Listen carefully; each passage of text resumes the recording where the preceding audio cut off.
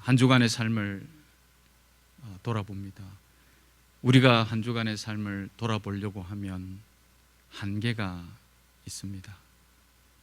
하지만 성령님께서 조명하여 주시는 은혜를 믿고 우리를 돌아보도록 은혜 베풀어 주시기를 바랍니다. 잘 살아오셨겠지만 연약하고 또 부족했던 시간들을 다시 한 번 더 이 시간 예배드리며 십자가를 붙들므로 나아가게 되시기를 바랍니다. 나는 주님의 은혜가 여전히 필요합니다 라는 마음으로 예배하십시다. 회개의 마음을 가지고 십자가를 바라보십시다. 기도하겠습니다.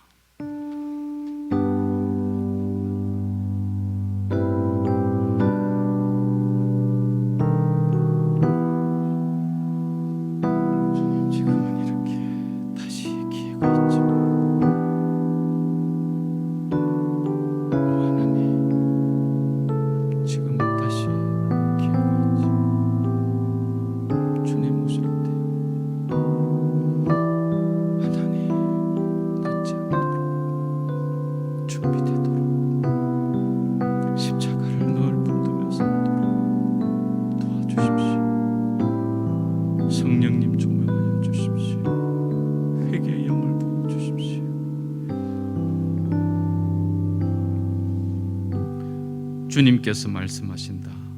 오너라, 우리가 서로 변론하자. 너희의 죄가 주홍빛과 같다 하여도 눈과 같이 희어질 것이며 진홍빛과 같이 붉어도 양털과 같이 희어질 것이다. 아멘. 하나님 아버지, 은혜를 감사합니다. 내 스스로가 내 삶을 반성해 보다 보면 너무도 많은 허점과 한계가 있음을 고백합니다. 그러나 성령님 조명해 주시면 십자가 앞에 더 겸손히 엎드릴 수 있사오니 우리를 도우셔서 주님의 은혜 없이는 살아갈 수 없습니다 라는 마음으로 주 앞에 예배하게 하시옵소서. 우리의 허물과 죄를 여전히 용서해 주시고 다시 위로해 주시며 다시 일어설 수 있는 시간을 이렇게 허락해 주시니 감사합니다. 주님 오실 때는 다시의 은혜가 우리가 다시 하고 싶어도 할 수 없는 그때가 오기 전에 이렇게 귀한 은혜의 시간, 다시의 은혜를 주셨을 때 주님 우리를 도우시옵소서. 주님 우리를 힘있게 붙드시고 역사하여 주시옵소서. 이 예배를 주님께 올려드리며 예수님의 이름으로 기도드립니다. 아멘. 찬양 드립니다.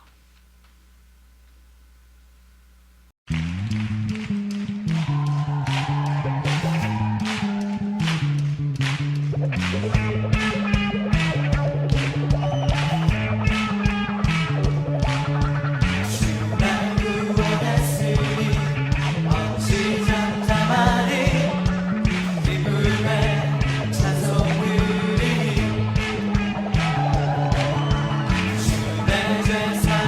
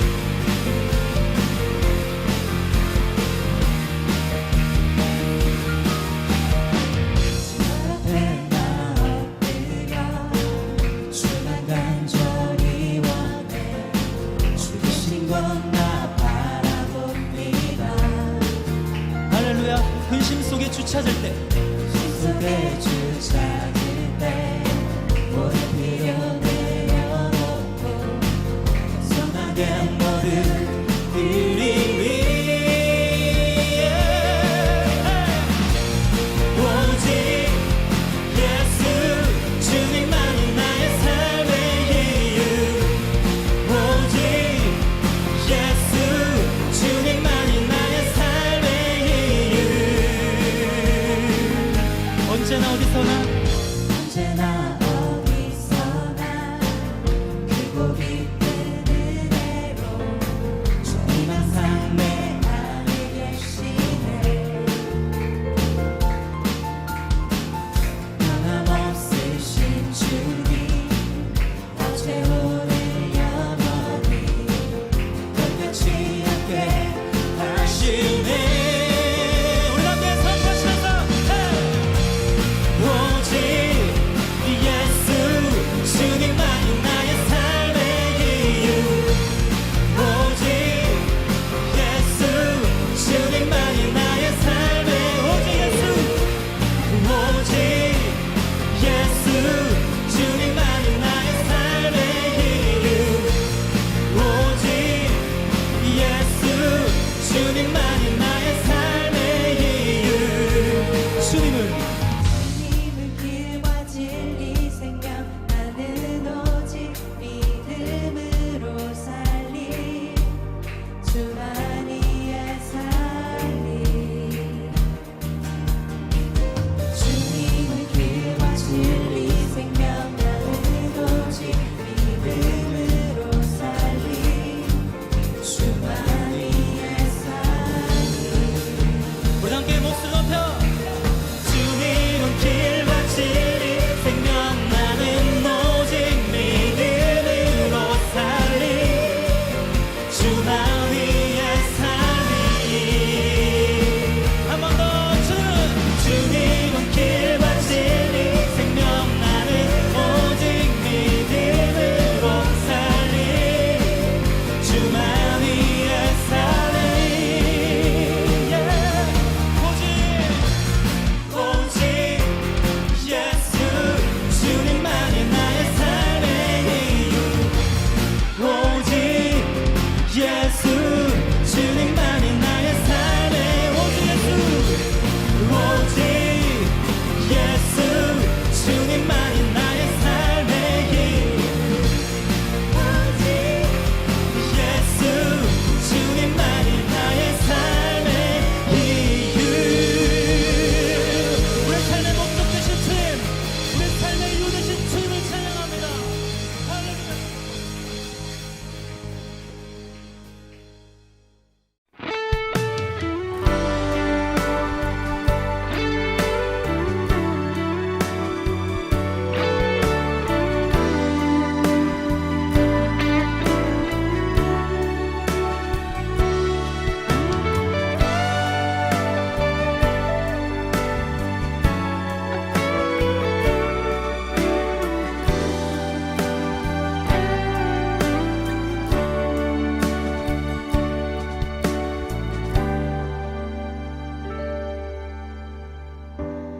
나의 소망 되신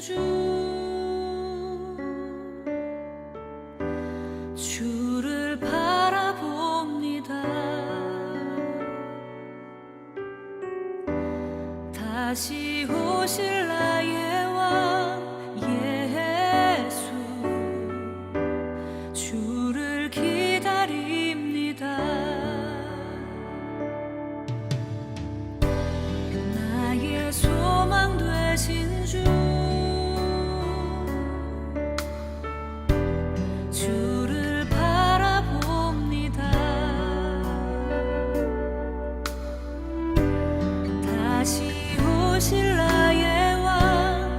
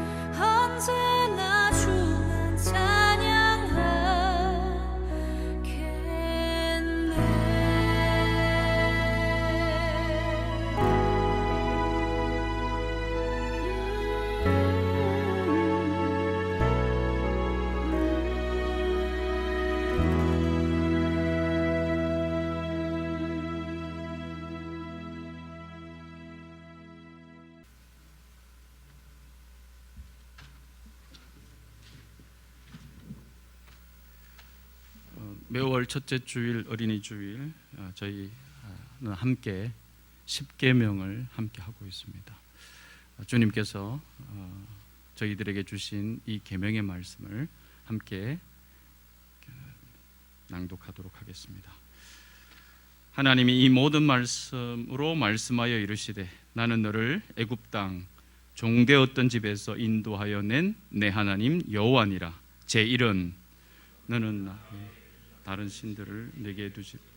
제2는 너를 위하여 새긴 우상을 만들지 말고 또 위로 하늘에 있는 것이나 아래로 땅에 있는 것이나 땅 아래 물속에 있는 것에 어떤 형상도 만들지 말며 그것들에게 절하지 말며 그것들을 섬기지 말며 제3은 너는 내 하나님 여호와의 이름을 망령되게 부르지 말라. 제4는 안식일을 기억하여 거룩하게. 제5는 내 부모를.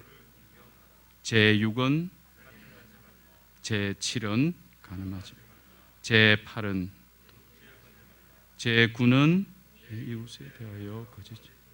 제10은 내 이웃의 집을 탐내지. 예수께서 이르시되 내 마음을 다하고 목숨을 다하고 뜻을 다하여 주 너의 하나님을 사랑하라 하셨으니 이것이 크고 첫째 되는 계명이요 둘째도 그와 같으니 내 이웃을 내 자신같이 사랑하라 하셨으니 이 두 계명이 온 율법과 선지자의 강령이니라. 아멘. 이제 사도신경을 문답으로 함께 고백합니다. 여러분은 누구를 섬기며 누구를 믿습니까? 나는 전능하신 아버지 하나님 천지의 창조주를 믿습니다. 여러분은 죄와 죽음의 문제를 어떻게 해결하십니까? 나는 유일하신 아들 우리 주 예수 그리스도를 믿습니다. 여러분은 무엇을 믿음의 사실로 받아들이며 장차 어떤 일이 일어날 것이라 믿으십니까?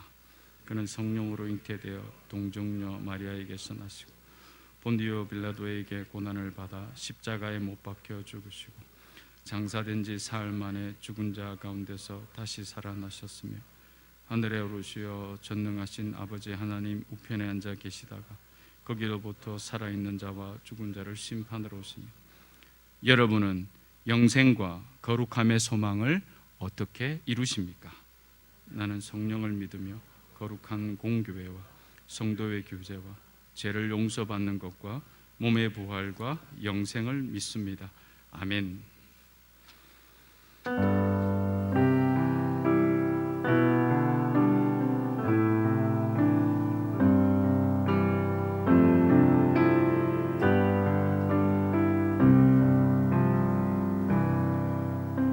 참 아름다워 주님의 세계는 저절로 내오도다. 고운 백합 그 찬송하는 듯 저 맑은 새소리 내 아버지의 지으신 솜씨 깊도다.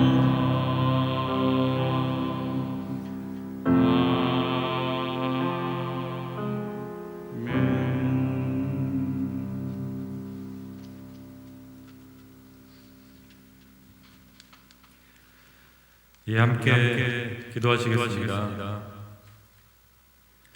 오늘도 변함없이 주님 앞에 나와 예배드릴 수 있게 해주심에 감사드립니다. 비록 우리 예마교회 식구들을 직접 만나고 함께 같은 공간에서 예배를 드릴 수 없음은 무척 아쉽지만 한편으로는 좋은 기술을 통해서 각자의 처소에서 한 공간에 있는 것처럼 예배를 드릴 수 있음에 또 다른 감사를 올려드립니다. 두세 사람이 내 이름으로 모인 곳에는 함께 있으시는 주님이 이 시간도 함께 계심을 믿습니다. 저희들도 부족한 환경을 탓하기보다는 감사함으로 주님 앞으로 나아가는 오늘 주일 예배가 되기를 기도합니다. 주님, 계속되는 코로나 시대가 빨리 종식되기를 바랍니다. 백신과 치료제로 인해 코로나로부터 안전할 수 있게 주님이 세밀히 주관하여 주시길 원합니다. 특히 이런 비상시대에 소외계층들이 더 어려움을 겪지 않기를 원합니다. 가난한 나라의 국민들도 안정적으로 백신 공급을 받을 수 있도록 선진국 지도자들의 마음을 주관하여 주십시오. 불편함이 비록 일상이 되었지만 그동안 빠르게만 지내오면서 돌아보지 못했던 많은 것들을 새로운 시선으로 보게 해주시고 경험케 해주신 주님을 생각해 봅니다. 하나님의 생각을 부족한 저희가 다 알 수는 없지만 이런 상황을 통해 주님이 창조하신 다양함을 느낄 수 있는 또 다른 감사의 시간이 되기를 간절히 원합니다. 주님, 이 시간 우리 성도들을 위해 기도드립니다. 육신에 아픈 성도들이 계십니다. 그 상황이 불편하고 또 큰 고통의 상황일 것입니다. 아픈 성도님들을 주님이 치유해 주시기를 원합니다.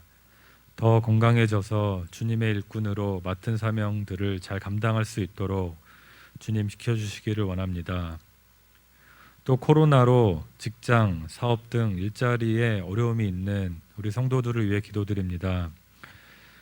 주님, 성실히 노동하며 그 땀의 대가를 온전히 누리며 지내길 원하지만 그럴 수 없는 환경과 많은 문제들이 있습니다.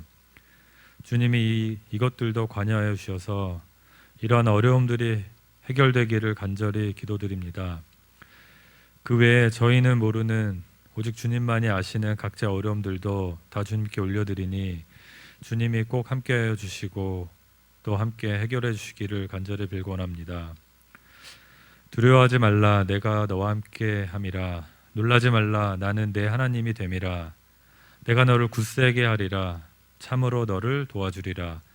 참으로 나의 의로운 오른손으로 너를 붙들이라. 주님의 능력을 신뢰하고 믿음으로 함께 나아가겠습니다. 이 시간 우리 아이들을 위해 기도드립니다. 코로나로 많은 것들이 어렵지만 특히 자라나는 우리 학생들이 제대로 된 교육을 받지 못하고 미디어에 더 많이 노출될 수밖에 없는 채로 지내는 참으로 어렵고 답답한 시간들을 보내고 있습니다. 주님, 우리 아이들을 불쌍히 여겨 주시옵소서. 이 상황에서도 최선의 것들로 채워주시고 그것들을 통해 아이들이 주님을 더 인격적으로 만나기를 간절히 원합니다. 하반기 전체 등교 여부를 놓고 큰 고민들이 있는 것 같습니다. 교육부와 학교 관계자들에게 주님 지혜를 주시어 안전하면서도 좋은 배움의 시간들을 가질 수 있도록 해주십시오. 또 집에 있는 시간들이 길고 많아졌습니다.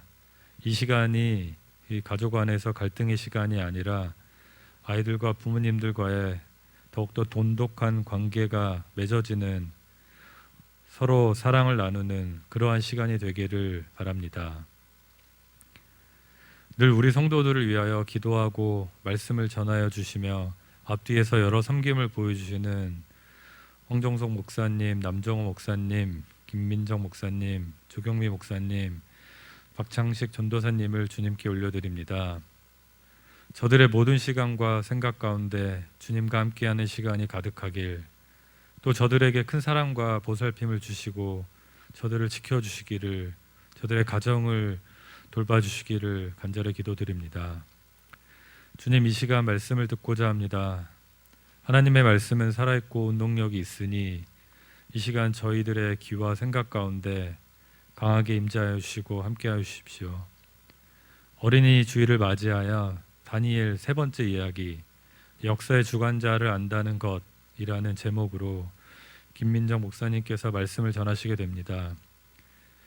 목사님의 입술을 주관하여 주시어 듣는 아이들과 또 우리 어른 성도님들 모두에게 은혜가 되고 깨우침의 시간이 될 수 있도록 해주십시오.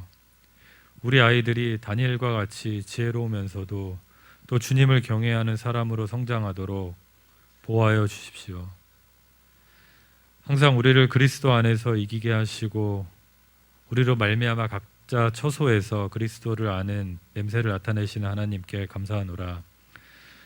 무더운 여름입니다. 우리 성도님들 건강하게 이 여름을 보내며 또 세상 가운데 승리하기를 간절히 기도드립니다. 이 모든 말씀 예수님의 이름으로 기도드립니다. 아멘. 아버지의 이름을 거룩하게 하시며 아버지의 나라가 오게 하시며 아버지의 뜻이 하늘에서와 같이 땅에서도 이루어지게 하소서.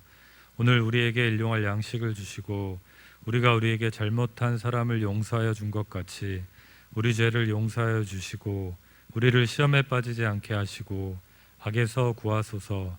나라와 권능과 영광이 영원히 아버지의 것입니다. 아멘. 제가 오늘 말씀을 봉독하도록 하겠습니다. 오늘의 말씀은 다니엘서 6장 10절부터 16절 말씀입니다. 다니엘은 왕이 금령 문서를 도장을 찍은 것을 알고도 자기의 집으로 돌아가서 다락방으로 올라갔다. 그 다락방은 예루살렘 쪽으로 창문이 나 있었다. 그는 늘 하듯이 하루에 3번씩 그의 하나님께 무릎을 꿇고 기도하며 감사를 드렸다. 그때 다니엘을 모함하는 사람들이 들이닥쳐 다니엘이 그의 하나님께 기도하며 간구하는 것을 목격하였다. 그들이 왕에게로 나아가서 다니엘을 고발하려고 왕에게 금령을 상기시켰다. 임금님이 금령의 도장을 찍으시고 앞으로 30일 동안 임금님 외에 다른 신이나 사람에게 무엇을 간구하는 사람은 누구든지 사자굴에 던지기로 하지 않으셨습니까? 왕이 대답하였다. 그 일은 고칠 수 없다. 그것은 메디와 페르시아의 법을 따라 확정된 것이다. 그들이 왕에게 아뢰었다. 임금님, 유다에서 잡혀온 다니엘이 임금님을 무시하고 또 임금님의 도장이 찍힌 금령을 무시하여 하루에 3번씩 기도를 드리고 있습니다. 왕은 이 고발을 듣고 몹시 괴로워하고 다니엘을 구원하려고 마음을 쓰며 해가 질 때까지 온갖 노력을 다하였다. 그때 이 사람들이 왕에게 다가와서 말하였다. 임금님, 메다와 페르시아의 법은 임금님이 한 번 금령이나 법률을 세우시면 그것을 바꾸실 수 없다는 사실을 기억하시기 바랍니다. 그래서 왕이 명령을 내리니 그들이 다니엘을 끌어다가 사자굴에 던져 넣었다. 왕이 다니엘에게 말하였다. 그대가 늘 섬기는 그대의 하나님이 그대를 구원하여 주시기를 비오. 이곳은 기록된 하나님의 말씀입니다.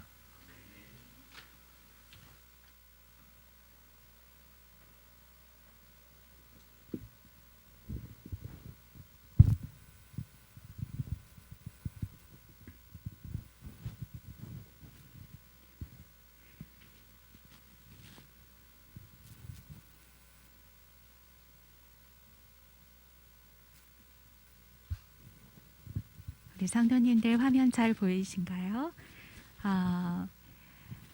제가 원래 그림으로 말씀을 전해드릴 때는요, 신약과 구약을 한 번씩 이렇게 왔다 갔다 이야기를 전해드렸었는데 다니엘 2번째 이야기 이후에 바로 다니엘 3번째 이야기를 이번에 전하게 됐어요. 그것은 고대 근동의 역사가 깊이 있게 담겨 있는 또 성경이기도 하고 저희가 기억하기 좀 어려운 성경 인물들이 나오고 해서 그 기억이 소멸되기 전에 바로 다음 이야기를 속편을 전해드리고자 이렇게 이어서 전해드린다는 점 말씀 먼저 드립니다.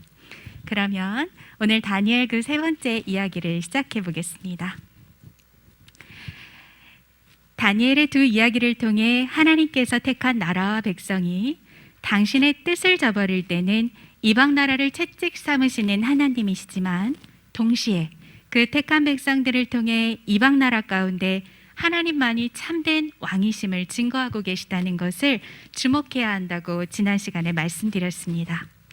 오늘 다니엘의 마지막 이야기 역시 이것을 기억하신다면 말씀을 이해하시는 데 좀 더 도움이 되실 거예요. 바벨론 제국의 느부갓네살 왕이 죽고 난 이후 대략 30여 년의 시간이 흘렀습니다. 그 사이 왕권은 4차례 교체되었고 나부니두스라는 왕이 바벨론의 새 왕 위에 오르게 됩니다. 그는 아들 벨사살을 공동 통치자로 세워서 나라의 내정을 맡겨둔 채로 수년 동안 나라 밖에서 전쟁을 치러야 했습니다. 또한 그는 우상숭배에 심취해서 오랜 세월을 사막에서 지내기도 했어요. 그 사이 바벨론은 점차 그 국력을 잃어가고 있었어요. 당시 철옹성으로 알려져 있던 바벨론 성 밖에는요, 당시의 신흥 세력 메데 바사, 페르시아 연합군이 지칠 줄 모르고 바벨론 성을 함락할 기회 얻기 위해서 진치고 있었어요. 그럼 아버지 나부니두스 왕 대신에 나라의 통치를 맡고 있던 섭정왕 벨사살은 나라의 존폐가 위태로운 이때 과연 무엇을 하고 있을까요? 성 안으로 함께 한번 들어가 보시죠. 저런, 우리의 상상과는 너무도 다른 모습이 펼쳐지고 있군요. 혹시 성벽이 적군에 에워싸여 있다는 것을 모르는 게 아닐까 싶기도 한데요. 사실 벨사살 왕은 그 사실을 너무 잘 알고 있었답니다. 다만 자신의 나라 바벨론의 성은 감히 그 누구도 그 강한 벽을 뚫지 못하리라고 장담했던 때문이에요. 벨사살 왕은요, 그날 무려 1000명이나 되는 귀족들을 초대해서 술을 마셔요. 고관들, 그의 아내들, 그리고 후궁들까지 함께한 매우 문란한 자리였다고 기록되어 있습니다. 거기에 더해서 어느 정도 취기가 올라온 벨사살 왕은 결코 해서는 안 되는 일을 벌이게 되는데요. 여봐라, 선왕 느부갓네살 왕이 예루살렘을 점령할 때 그곳 성전에서 탈취해온 금은 그릇을 내오거라. 거기다 술을 마시면 더할 나위 없이 좋겠구나. 우허허허허. 그의 명령에 따라 바벨론의 문란한 술자리에 성전 기물들을 가지고 오게 됩니다. 그는 서슴지 않고 귀족들과 함께 성전 그릇에 술을 담아 마시기 시작하는데요. 더욱 취기가 오른 그들은 제각기 자기들이 모시는 신을 자랑하기 시작했어요. 금, 은, 철, 구리, 나무, 돌로 만든 각각의 우상들이었지요. 바로 그때예요. 호련히 공중에 사람의 손가락이 나타나 왕궁벽에 글자를 쓰기 시작하는 게 아니겠어요? 이를 본 왕은 너무 놀라서 얼굴이 하얗게 창백해졌고 다리는 후두루들 주체할 수 없이 떨렸죠. 공포에 질린 왕은 나라에 일이 생길 때마다 그래왔듯 점성가들과 주술사들을 급히 소집했어요.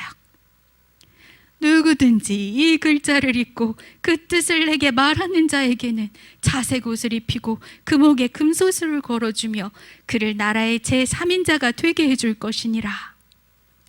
아버지 나부니두스 왕 그리고 벨사살 왕 자신 다음으로 높은 자리를 주겠다는 파격적 제안에도 그 어느 누구 하나 입을 뗄 수 없었어요. 이 일은 금세 소문이 나서 당시 궁에 있던 태후의 귀에 들어갔어요. 왕이시여, 두려워하지 마시고 근심빛을 거두십시오. 왕의 나라에는 거룩한 신들의 영이 있는 자가 있습니다. 아버지 느부갓네살 왕께서는 일찍이 그를 바벨론 박사들의 우두머리로 세우셨지요. 그는 특별한 지혜로 비밀스러운 일들을 드러내고 어떤 어려운 문제도 능히 풀어냅니다. 이제 그 다니엘을 부르세요. 틀림없이 이 글자의 뜻을 왕께 말해줄 것입니다.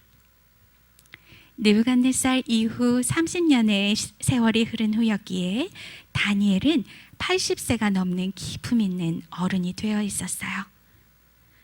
네가 우리 선왕께서 포로로 잡아온 유대 사람 다니엘이냐? 네 안에 신들의 영이 있어 비상하다고 들었다. 여러 박사들이 이 벽의 글씨를 도무지 풀지를 못하더구나. 만일 네가 이 글을 읽고 그 뜻을 내게 말해준다면 내게 자색옷과 금사슬을 걸어줄 것이며 너를 나라의 제3인자가 되게 해주겠노라. 왕이시여, 상급을 다른 사람에게 주실지라도 이 글을 읽고 그 뜻을 알려드리겠습니다. 지극히 높으신 하나님께서 선왕 느부갓네살을 모든 나라와 민족 위에 뛰어난 위대하고 강한 왕으로 만들어 주셨습니다. 그러나 그가 이후 마음이 심히 높아지고 교만해지셨습니다. 하나님께서는 교만해진 그를 왕위에서 물러나게 하시고 그의 영광을 빼앗으셨습니다. 사람들에게서 쫓겨난 그는 들짐승과 같이 되어 7대를 지내야만 했습니다. 결국 그는 지극히 높으신 하나님이 인간 나라를 다스린다는 사실을 인정하게 된 후에 모든 것이 회복되었습니다. 벨사살 왕이시여, 왕께서는 선왕의 이 일을 결코 모르지 않으실 것입니다. 이 일을 다 아시고도 자신을 낮추지 않으시고 오히려 하나님을 거역해 하나님의 성전 그릇까지 술을 담아 마시며 고관들과 함께 온갖 우상들을 찬양하셨으니 하나님께서 끝내 벽에 이 글을 쓰신 것입니다. 저 글자는 메네, 데겔, 우, 바르신입니다. 그 뜻을 해석하면 메네는 하나님께서 이 나라의 마지막을 정하셨다는 뜻이고 데겔은 왕이 저울 위에 달리셨는데 무게가 모자라다는 뜻입니다. 바르신은 나라가 나뉘었다는 뜻으로 이제 이 나라는 메대와 바사 사람들에게 넘어갈 것입니다. 약속대로 벨사살 왕은 그 글자를 해석한 다니엘에게 자색 옷을 입히고 금사슬을 목에 걸어주며 나라의 셋째 통치자로 임명하였습니다. 그러나 그날 밤 메대와 바사의 연합군이 바벨론 성을 점령해 언제까지고 철옹성 안에서 장구의 부귀영화를 누릴 줄 알았던 벨사살 왕 자신은 처참히 정작 죽임을 당하고 맙니다. 다니엘이 해석해준 벽에 적힌 글자 그대로 말이지요. 예전 느부갓네살 왕의 꿈을 해석해주던 장면이 떠오르지 않으세요? 바로 바벨론이 그 신상의 금머리에 해당하는 만큼 막강하고 바벨론 제국 역시 그러나 언젠가는 쇠한다는 그런 신상의 꿈이었죠. 그리고 다른 나라가 새롭게 제국의 위치에 서게 될 것이라는 예언이었습니다. 바로 오늘 밤 금머리에 해당하는 바벨론은 그 끝날을 맞았고 은 가슴과 두 팔에 해당하는 나라 메대와 바사, 페르시아가 제국의 위치에 새롭게 서게 되는 것입니다. 바사의 고레스와 메대 사람 다리오가 연합하여 난공불락의 그 철옹성 같았던 바벨론을 함락시킨 후 고레스는 남은 전복 전쟁을 위해서 나서고 그가 돌아올 때까지 62세의 메대 사람 다리오가 먼저 왕위에 오르게 되었죠. 다리오 왕은요, 넓은 영토를 보다 효과적으로 다스리기 위해 120명의 지방 장관을 세워두었고 그리고 그들을 잘 관리 감독하기 위해 총리 셋을 또 그 위에 세워두었습니다. 놀라운 것은요, 메대와 바사 페르시아 전역을 관리하는 총리 셋 가운데 바로 유대 사람 다니엘이 속했다는 사실이에요. 바벨론 멸망의 그날 망하는 나라의 셋째 통치자로 단 몇 시간 동안 임명된 것이 무슨 의미가 있냐고 생각하셨나요? 저는 오히려 절묘한 타이밍이었다는 생각이 들더군요. 하나님께서 새롭게 세워질 메대 바사 제국에서 역시 다니엘을 전면에 꺼내 영향력을 행사할 수 있도록 섭리하고 계셨던 것이 분명합니다. 다리오 왕은 비록 포로 출신이지만 바벨론의 역사 가운데 너무도 특별한 활약을 한 다니엘에 대해 전해 들었을 거예요. 하지만 그런 이야기를 전혀 듣지 않았다 하더라도 다니엘의 삶 자체가 금세 증거가 되었겠죠. 다리오 왕은 성실하고 진실되고 총명하기까지 한 다니엘을 크게 신임해 총리 셋 중에서도 특별히 으뜸으로 세워 나라 전체를 맡기려는 계획을 하고 있었어요. 이 사실을 알게 된 나머지 총리 둘은 지방 장관을 소집했어요. 여보게들, 다리오 왕이 다니엘에게 흠뻑 빠졌네. 우리가 고작 유대포로 출신에게 관리를 받아야 되겠는가? 우리 정통 메대와 바사의 인재들이 이토록 많은데 지옥스러운 일이 아닐 수가 없어. 다니엘을 어떻게든 하루빨리 제거해야만 하네. 다니엘을 몰아낼 방도를 찾으려 애썼지만 다니엘은 안팎으로 너무도 깨끗한 사람인지라 그 흠을 찾기가 여간 어려웠어요. 다니엘이 믿는 하나님의 율법에 관한 것이 아니라면 쉽지 않겠다고 여긴 그들은 결국에 참으로 간교한 계략을 꾸밉니다. 다리오 왕이시여 만수무강하소서.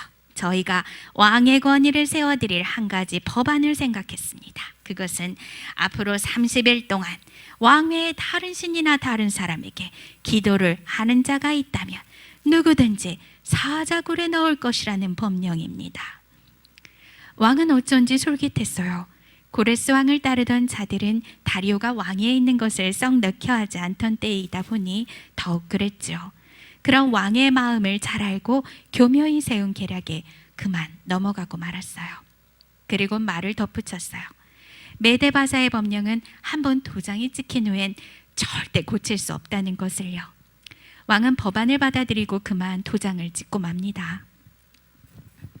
다니엘은 새 법안에 대하여 그리고 그 법에 왕이 도장이 찍혔다는 사실 역시 알게 되었죠. 그럼 기도의 사람 다니엘은 앞으로 법안의 효력이 있는 30일 동안은 기도를 하지 못하겠군요. 아니에요. 다니엘은 언제나처럼 하던 그대로 예루살렘 쪽을 향해 무릎을 꿇고 하나님께 기도드려요. 아침에도 오후에도 역시나 언제나처럼 먼저 하나님께 감사를 드리며 이렇게 밤 기도까지 빼놓지 않고 하루 3번의 기도를 여전히 이어갔죠. 그리고 이 사실을 노리고 기다렸던 총리들은 그 길로 왕에게로 달려갑니다. 왕이시여, 틀림없이 왕께서는 30일간 다른 신이나 사람에게 기도를 하면 사자굴에 넣는다고 법을 세우시고 도장을 찍으셨습니다. 그래, 내가 그 법을 세웠다. 메데 페르시아의 법은 고칠 수가 없지. 고발할 괘씸한 자가 있어 이렇게 단숨에 달려왔습니다. 요대 포로 출신 다니엘이 왕의 법안을 무시하고 버젓이 하루 3번 자기 하나님께 기도를 하더군요. 왕은 그제서야 저들의 간교한 계략을 눈치챘고 어떻게든 총애하는 다니엘을 구하고 싶어서 이 사태를 모면할 방법을 강구했지만 속수무책이었어요.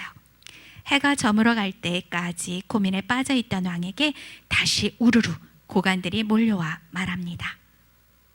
왕이시여, 설마 메데바사법은 도장이 찍힌 후엔 고칠 수 없다는 것을 잊으신 건 아니시겠지요? 도저히 그 상황을 모면할 재간이 없던 왕은 너무도 괴로웠지만 어쩔 수 없이 그 어처구니 없는 법령을 집행합니다. 결국 다니엘은 굶주린 사자들이 기다리고 있는 사자굴에 던져지고 말죠. 그런데 다리오 왕이 놀라운 말을 남겨요. 네가 늘 섬기던 너의 하나님이 너를 구해 주실 것이다. 얼마나 다니엘을 아끼고 얼마나 살리고 싶었다면 하나님을 모르는 그의 입에서 이런 간절한 기도와도 같은 믿음의 선언이 터져 나온 걸까요? 얼마나 다니엘이 평소의 삶으로 하나님을 나타내 보였기에 하나님을 모르던 왕의 입에서 이런 믿음의 외침이 가능했던 것일까요? 사자굴의 입구는 이제 돌로 막아졌고 그 위에 다시 도장이 찍혔습니다. 그럼 그 시각 사자굴에 갇혀버린 다니엘은 어떻게 되었을까요? 하나님께서는 삶 자체로 하나님을 나타내 보였던 다니엘을 보란듯이 지켜주셨어요. 굶주린 사자 처형의 잔인한 술책이 무색하게 사자들의 사나운 입을 이미 천사로 하여금 막아내셨죠. 그 사실을 아직은 모르고 있는 왕은 그 밤에 아무것도 먹지 않고 오락을 금하고 잠도 청하지 않았습니다. 뜬 눈으로 밤을 지새며 동이 트기만을 기다렸던 다리오 왕은 여명이 밝아오자 급히 사자굴로 달려갔어요. 그리고 다시 지난밤의 믿음의 선언 이상의 눈물겨운 물음을 던지는데요. 살아계신 하나님의 종 다니엘아, 네가 늘 섬기는 하나님이 너를 사자들로부터 구해 주셨느냐? 왕이여, 만수무강하소서. 하나님께서 천사들을 보내셔서 사자들의 입을 막으셨습니다. 하나님께서 저의 무죄함을 입증해 주셨습니다. 저는 결코 왕에게 해를 끼치려 한 적이 없습니다. 굴 밖으로 나온 다니엘을 살펴보니 아무런 상처 하나 없었어요.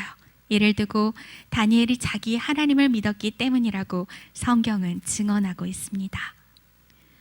하나님이 역사의 주관자 되심을 삶으로 고스란히 나타내 보인 그 사람 다니엘을 통해 다시 한번 이방 땅 이방 왕의 입술에서 하나님을 드높이는 조서가 발표되는데요. 들어보시죠. 내 나라에서 사는 백성은 모두 다니엘의 하나님을 두렵고 떨림으로 섬겨야 한다. 다니엘의 하나님은 살아계신 하나님이시며 영원히 사시는 분이시다. 그의 나라는 결코 망하지 않으며 그의 다스리심은 영원할 것이다. 하나님은 백성을 건져내기도 하시고 구원하기도 하신다. 다니엘은 2년 동안 통치했던 다리오 왕에 이어서 이후 고레스 왕이 다스리는 동안도 그에게 허락된 모든 순간을 삶으로 하나님의 역사의 주관자 되심을 증거하며 살아갔답니다. 오늘 다니엘 세 번째 이야기를 끝으로 다니엘이 포로로 잡혀간 이후 70여 년의 세월을 우리는 함께 따라가 보았는데요. 언제나 장구할 것 같았던 화려함이나 풍요로움 역시 달아보시고 재어보시는 심판자 앞에선 감출 수 없는 존재의 가벼움이며 부족함일 뿐이었습니다. 아무리 큰 권세와 위엄을 누리는 왕이나 나라들일지라도 인간의 권세와 영광이란 것은 결국 유한하였습니다. 금신상이 보여주듯 피고 지고를 반복하며 인간의 역사는 유한함 속에 그렇게 사라져버리고 있었습니다. 그러나 그 유한한 인간의 역사 속에 흐르고 있는 영원한 것이 있었으니 그것은 역사를 주관하시는 하나님, 그분의 말씀입니다. 풀은 마르고 꽃이 시듬은 여호와의 기운이 그 위에 불미라. 이 백성은 실로 풀이로다. 풀은 마르고 꽃은 시드나 우리 하나님의 말씀은 영원히 서리라. 놀랍게도 하나님께서 세운 신실한 도구 다니엘을 통해 해몽하고 해석하고 예언케 하신 그대로 이방 나라 이방 왕 가운데 모두 실현되었습니다. 뿐만 아니라 하나님 백성들의 포로 생활 역시 70년 만에 그치게 된다는 예레미야의 예언 그대로 바벨론의 멸망과 메데바사의 등극으로 포로 기한의 서막도 열렸지요. 다니엘은 일찍이 깨달았어요. 역사의 주관자는 자신이 사로잡혀간 그 땅의 왕도 그 거대한 세상 나라도 아닌 오직 여호와 하나님이시라는 것을요. 이를 깨달은 다니엘은 그 역사의 주관자 되시는 하나님을 경외하고 시시로 의뢰하며 살아가게 됩니다. 70년의 세월 동안 한결같이 그를 살게 한 원동력, 그것은 바로 기도였습니다. 사로잡혀간 그 땅에서도 원망과 낙심 대신 소망을 살게 한 그 힘, 그것은 역사의 주관자를 전적으로 신뢰하며 올려드린 어떤 상황에서도 먼저 감사로 시작했던 바로 그 기도였습니다. 기도를 통해 경험한 하나님의 안아주심으로 다시 세상을 끌어안고 기도를 통해 얻은 힘과 용기로 당당히 세상에 맞서며 기도를 통해 얻게 되는 지혜로 세상을 다스리는 바로 그런 자였습니다. 세상 왕이 다스린다고 여겼던 나라들은 하나같이 작은 일에도 점쟁이들을 소집하며 사시나무 떨듯 하였지만 말입니다. 그러니 왕들은 그 하나님의 영으로 충만한 그를 의지하고 사랑할 수밖에 없었습니다. 위기의 순간에도 그가 믿는 하나님을 자신 역시 간절히 믿고 의지하리만큼 말이지요. 그리고 끝내 다니엘은 그 성실하고 거룩한 누구에게도 해를 입히지 않았던 그 걸음을 통해 이방 나라와 백성들을 하나님을 드높이는 자리까지 친히 이끌어냅니다. 우리는 세 차례의 다니엘의 이야기를 통해 그 일이 어떻게 이루어져 가는지, 어떻게 가능했었는지 배웠습니다. 그리고 하나님께서는 우리 역시나 역사의 주관자를 아는 그 지혜와 용기와 사랑으로 인생과 나라들을 바꿔가기를 오늘도 기다리고 계십니다. 지혜 있는 자는 궁창의 빛과 같이 빛날 것이요 많은 사람을 옳은 대로 돌아오게 한 자는 별과 같이 영원토록 빛나리라. 이것이 오늘 다니엘 이야기를 마무리하면서 여러분들과 함께 나누고 싶었던 역사의 주관자를 믿고 살아가는 삶과 신앙에 관한 이야기입니다. 오늘 말씀을 생각하시면서 기도하셨으면 좋겠습니다.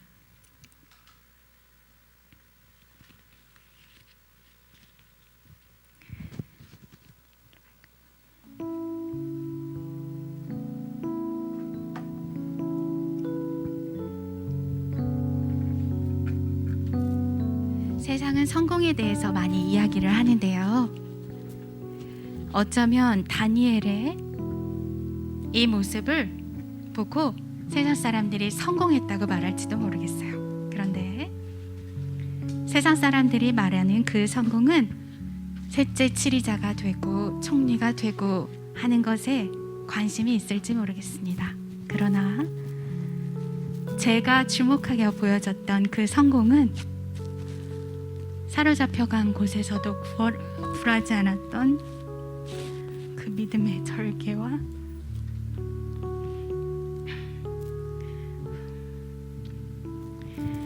적국의 나라의 왕이 밤잠을 못 이루도록 아끼고 사랑해 줄 수 있는 만큼 선한 사람을 결국 끝내 살아냈다는 사실, 그리고 그 땅에 조서가 발표되게 하리 만큼 그 영향력이 대단했다는 것이었습니다. 그리스도인의 성공에 대해서 다니엘을 통해서 크게 느끼고 경험하게 됩니다. 우리 오늘 말씀에서처럼 우리가 사랑하는 이들이나 우리에게 맡겨주신 이들 역시 우리의 삶을 통해 우리가 만난 하나님을 만나고 경험할 수 있으면 참으로 좋겠습니다.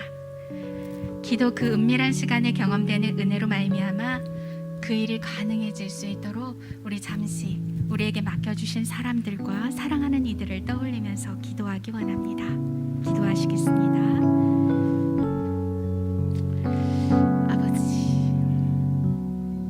다니엘의 삶을 통하여서 그리스도인의 삶에 대하여서 보여주셨습니다. 어느 곳에 있는 것도 중요하지 않고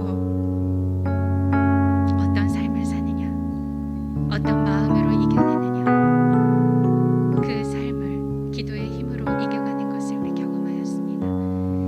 주님 아버지, 이런 삶이 우리 가운데 가능하도록 우리를 더욱 힘있게 하시며 우리 가운데 하나님의 말씀의 그 언약의 신실함에 대하여 굳건한 믿음을 갖게 하여 주시옵소서. 하여 하나님께 받은 그 위로와 사랑과 그 은혜를 사랑하는 이들에게 하나님의 살아계심을 나타내며 역사의 주관자 되심을, 그런 하나님을 증거하는 자들로 살아가기를 간절히 소망합니다. 주님, 다니엘의 말씀을 마음에 새깁니다. 참으로 감사합니다. 주님, 홀로 영광 받아 주시옵소서. 하나님, 참으로 감사합니다. 기도 그 은밀한 시간에 경험되는 은혜로 말미암아 저희 역시 주님께서 주시는 안아주심으로 세상을 끌어안고 주님께서 주시는 지혜로 세상을 다스리고 때로 주님께서 주시는 용기로 세상에 당당히 맞서며 살아가게 하옵소서. 말씀을 허락하여 주신 주님께 감사하며 그 말씀의 신실함을 끝내 붙들고 지키고 이겨내는 우리가 되게 하여 주시옵소서. 예수님의 이름으로 기도합니다. 아멘. 마지막 찬양 하시고 기도하시겠습니다.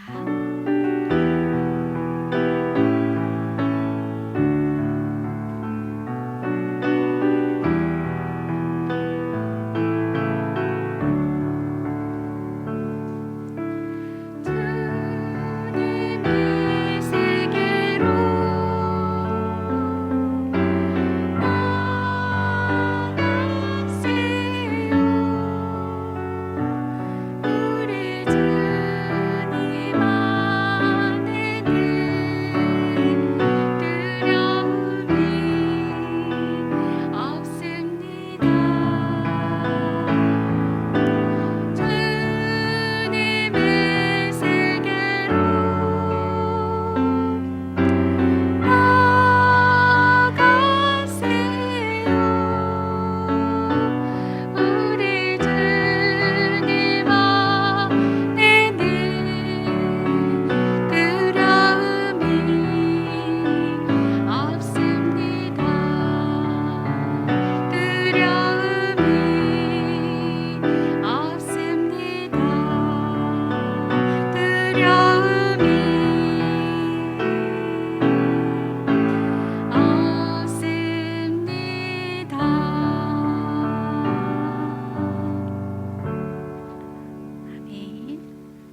먼저 헌금 기도드리고 축도로 예배를 마치겠습니다. 하나님, 지혜 있는 자는 궁창의 빛과 같이 빛난다 말씀하셨고, 많은 사람을 옳은 대로 돌아오게 하는 자는 별과 같이 영원토록 빛난다 하셨습니다. 이 신실한 약속의 말씀 그대로 우리가 드리는 헌물 또한 많은 사람을 주께로 돌아오게 하는 일에 쓰임받기를 간절히 소망합니다. 어려운 중에 드리는 믿음의 결단과 고백들이 되어질 이 헌물을 통하여서 주께서 찾으시는 자들이 찾아지고, 또한 주님의 나라의 그 신실하심과 영원하심이 드러날 수 있다면 참으로 좋겠습니다. 우리 예수마을에 그런 헌신이 되어지게 역사하여 주시옵소서. 감사드리며 예수님의 이름으로 기도합니다. 아멘. 이제는 예수 그리스도의 은혜와 아버지 하나님의 무한하신 사랑하심과 성령님의 감동, 감화, 충만케 하심의 역사가 오늘 말씀을 듣고 무엇보다 하나님의 말씀만이 영원하다는 것을 믿고 의지하며 기도로 힘을 얻고 사람들을 주께로 돌아오게 하는 일에 헌신되기를 소망한 고개 숙인 모든 성도님들 위해, 또 그 가정과 그 일터 위에, 그리고 세계 교회 위에 이제로부터 영원까지 함께하옵시기를 간절히 축원하옵나이다. 아멘.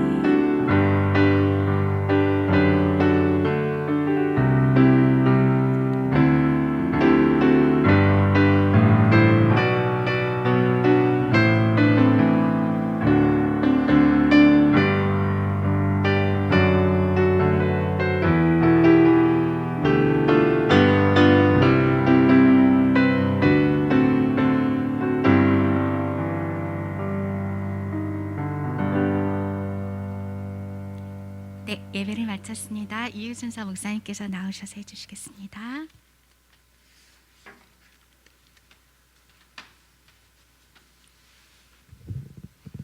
귀한 말씀 한 주간 붙들고 또 승리하심으로 그 은혜가 이웃으로 흘러갈 수 있게 되시기를 바랍니다. 다니엘이 섬겼던 동일한 하나님 예수 그리스도 안에서 우리가 예배하며 그 이름을 부르고 있습니다. 한 주간 그렇게 믿음으로 살아가시는 저와 여러분들이 되시기를 바랍니다. 이 시간 우리 치유와 회복을 위한 기도의 시간을 갖습니다. 주님께서 기도하라 라고 우리에게 말씀하신 것이 축복이라 믿고, 기도는 축복이다 이렇게 생각하시고, 그리고 또 특별히 우리가 연약한 부위를 주님이 친히 지셨다 그랬습니다. 우리 연약함을 짊어지어 주셨다 이렇게 말씀하셨습니다. 아픈 부위에 손을 얹으시고 주님의 치료를 약속을 믿고 기도합니다. 여러분 약속을 여전히 신뢰하시고 아픈 부위에 손을 얹고 주 예수 그리스도 이름으로 우리를 치료하실 주님임을 믿고 기도합니다. 먼저 치료를 위해서 하나님의 은혜의 역사하심이 여러분에게 믿는 자들에게 역사하실 줄 믿습니다. 예수 그리스도 이름으로 치료하여 주시옵소서. 같이 기도하겠습니다. 기도합니다. 하나님 아버지 은혜를 감사합니다. 거룩한 종 나사렛 예수 그리스도 이름으로 우리에게 기도의 복을 주셨습니다. 하나님 아버지께 올려드리는 기도를 주셨습니다. 특별히 우리에게 치료토록 하셨습니다. 주님께서 이미 우리의 연약함을 친히 짊어지셨고 우리의 질고를 하시고 우리의 연약함을 십자가에 해결해 주셨습니다. 육체의 질병조차도 창조주 하나님께서 원래 만드셨던 그 존귀하고 아름다운 모습으로 예수 그리스도 안에서 회복하게 하여 주실 줄 믿습니다. 예수 그리스도 이름으로 기도합니다. 주여 우리의 모든 질병을 치료하여 주시옵소서. 이 시간 각자의 아픈 부위에 손을 얹고 기도합니다. 믿음으로 기도합니다. 하나님 이 병이 떠나가게 하시옵소서. 이 병이 우리 가운데서 온전하게 치료됨으로 여전히 우리 가운데 역사하시고 우리의 기도를 들으시고 응답하신 하나님을 함께 고백하며 간증하며 나누게 하시옵소서. 이 은혜가 흘러가게 하시옵소서. 거룩한 종 예수 그리스도 이름으로 치료하여 주시옵소서. 나사렛 예수 그리스도 이름으로 온전케 하여 주시옵소서. 깨끗하게 역사하여 주시옵소서. 하나님 역사하여 주시기를 원합니다. 우리를 도와주시기를 원합니다. 하나님 아버지 도와주시옵소서. 우리 하나님 역사하여 주시옵소서. 하나님 고쳐주시옵소서. 깨끗하게 치료하여 주시옵소서. 오 하나님 도와주실 줄 믿습니다. 오 하나님 도와주시옵소서. 혹시 두려운 마음으로 잠을 설치고 있는, 잠을 이루지 못하고 있는 분들이 있었습니까? 그리고 왠지 모를 분주함으로 평안함을 잃어가고 있는 분들이 혹시 계십니까? 기도의 제목이 있으십니까? 눈물로 기도하는 제목이 있으십니까? 이 시간 하나님께서 응답하여 주실 줄 믿습니다. 두려운 마음에 평안을 주시고 담대한 마음을 주실 줄 믿습니다. 주님께서 더러운 귀신들의 역사를 멸하셨습니다. 우리 안에 주님의 평안을 주셨습니다. 성령님께서 우리를 붙드시고 역사하여 주시는 줄 믿습니다. 어둠이 물러가고 빛의 역사가 내 인생에 비쳤습니다. 그러므로 두려워하지 말고 주님 안에서 담대한 마음 가지고 일어서십시오. 주님께서 축복하여 주시는 그 놀라운 복을 믿으십시오. 이 시간 기도할 때 두려운 마음은 물러가고 어두움의 역사가 끊어지고 생명의 빛의 역사, 복음의 역사하심이 내 삶에 온전히 비춰지고 우리 가정에 비춰지고 그리고 내 기도의 제목을 응답해 주실 줄 믿습니다. 여러분이 가지고 있는 기도의 제목을 여러분 이 시간 같이 기도하고 두려운 마음이 있는 사람은 이 시간 담대한 하나님의 은혜로 응답하여 주실 줄 믿습니다. 같이 한 번 더 기도합니다. 기도하겠습니다. 하나님 아버지 은혜를 감사합니다. 밤잠을 설치는 두려움이 있습니까? 간절히 기도하오니 주님 평안함을 주시고 담대함을 주시옵소서. 어둠의 역사는 물러가고 생명의 빛이 비쳤으니 빛이 있는 곳에 어둠의 역사하지 못하는 하나님의 말씀이 이루어지는 줄 믿습니다.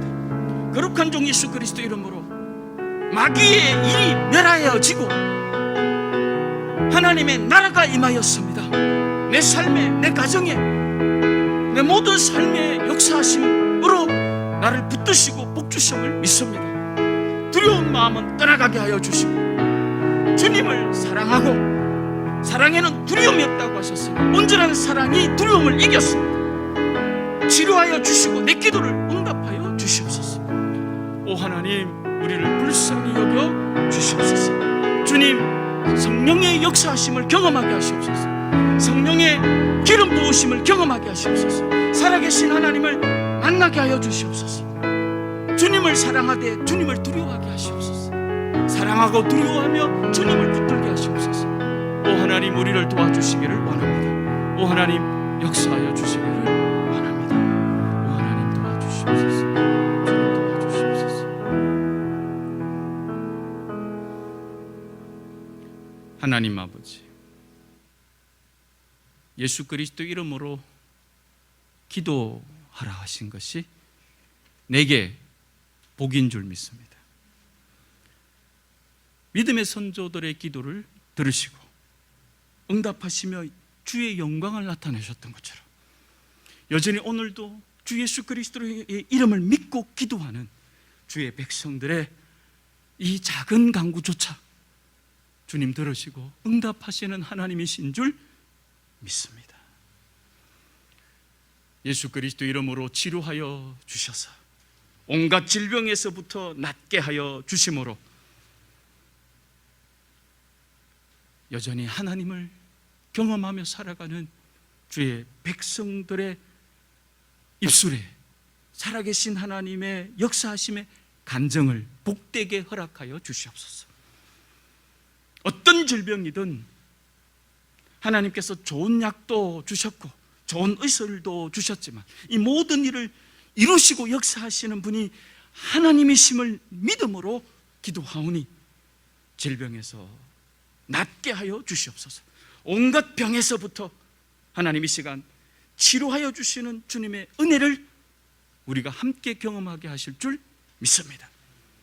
특별히 뭔가 모를 두려움으로 잠을 설치고 있는 지체들이 있다면 그 두려움이 떠나가게 하여 주시고 평안함으로 자게 하시며 주님이 주신 담대함으로 승리하게 하시옵소서. 어둠은 물러가고 생명의 빛이 비치는 줄 믿습니다. 주님께서 역사하여 주시는 줄 믿습니다. 코로나19로 고통하는 이 세대를 불쌍히 보시옵소서. 우리의 교만하고 거짓되고 방자한 이웃을 돌보지 못하고 돌보는데 용기를 내지 못했던 우리의 연약함을 용서해 주시고, 하나님, 나만 잘 먹고 잘 사는데 너무 관심 기울였던 우리가 우리의 죄를 고백하오니 이웃 사랑하기를 실천할 수 있는 용기와 믿음의 담대함을 주셔서 하나님 영광을 받아 주실 줄 믿습니다. 하나님, 우리를 불쌍히 여겨 주시옵소서. 예수님의 이름으로 기도드립니다. 아멘.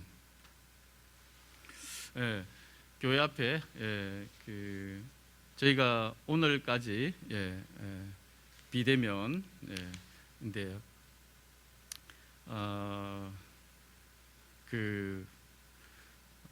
이제 다음 주가 대면으로 우리가 이제 기도하고 있습니다. 기도하고 있는데 오늘 다음 주 대면 예배입니다 이렇게 얘기하면 좋겠는데 한 주간 저희가 조금 더 지켜보아야 될 통계, 그러면 이제 확진자들의 통계가 여전히 있습니다. 물론 그거 없애도 저희가 하나님을 오롯이 예배하는 데는 전혀 지장이 없겠습니다만 이웃과 사회를 향한 믿는 사람들의 책임, 이 책임을 저희가 통감하며 지금까지 우리가 비대면으로도 예배를 드리고 있지 않았습니까? 그래서 대면을 저희가 원칙으로 이제 다음 주는 대면 예배를 원칙으로 하지만 한 주간 저희가 다시 한 번 더 살펴보고 늦어도 목요일까지는 모든 예배에 대한 대면과 비대면에 대한 부분은 확정하고 또 우리 목사님들과 또 같이 얘기도 해야 되고 하는 부분도 없지 않아 있습니다. 확정하고 아무리 늦어도 목요일까지는 이 대면과 비대면에 대한 부분을 공지하여 올리도록 그렇게 하겠습니다. 지금 바로 공지하지 못해서 죄송하게 생각합니다만 대면 예배를 원칙으로 하되 최종 공지를 늦어도 목요일까지 여러분에게 다시 단톡으로 올리도록 그렇게 하겠습니다. 집에 같이 있는 시간이 많아집니다. 애들하고도 그렇고 부부도 같이 있는 시간이 많아지는데 여러분 화목하십시오. 이해하시고 사랑하십시오. 주님께서 어떻게 은혜를 베풀어 주셨는지 우리 가운데 역사하심을 우리가 또 증거할 수 있게 하실 줄 믿습니다. 그리고 이제 다음 주 저희가 예배 드릴 때 또 저번에 한 2년 전 저희 이제 왔다 인사를 드리셨다가 또 가족들하고 같이 예배를 드릴 수밖에 없는 사정이 계셨던 우리 박태희 전도사님이 다음 주 아마 주일부터 맞죠? 우리 교회 예배를 함께 드리시게 되고 또 그렇게 새로운 과정들이 오게 되면 같이 인사하는 시간도 빼놓지 않고 앞으로 계속 가지도록 하겠습니다. 여러분 한 주간 승리하시길 바라고 또 혹시 광고 빠진 것이 있습니까? 없으십니까?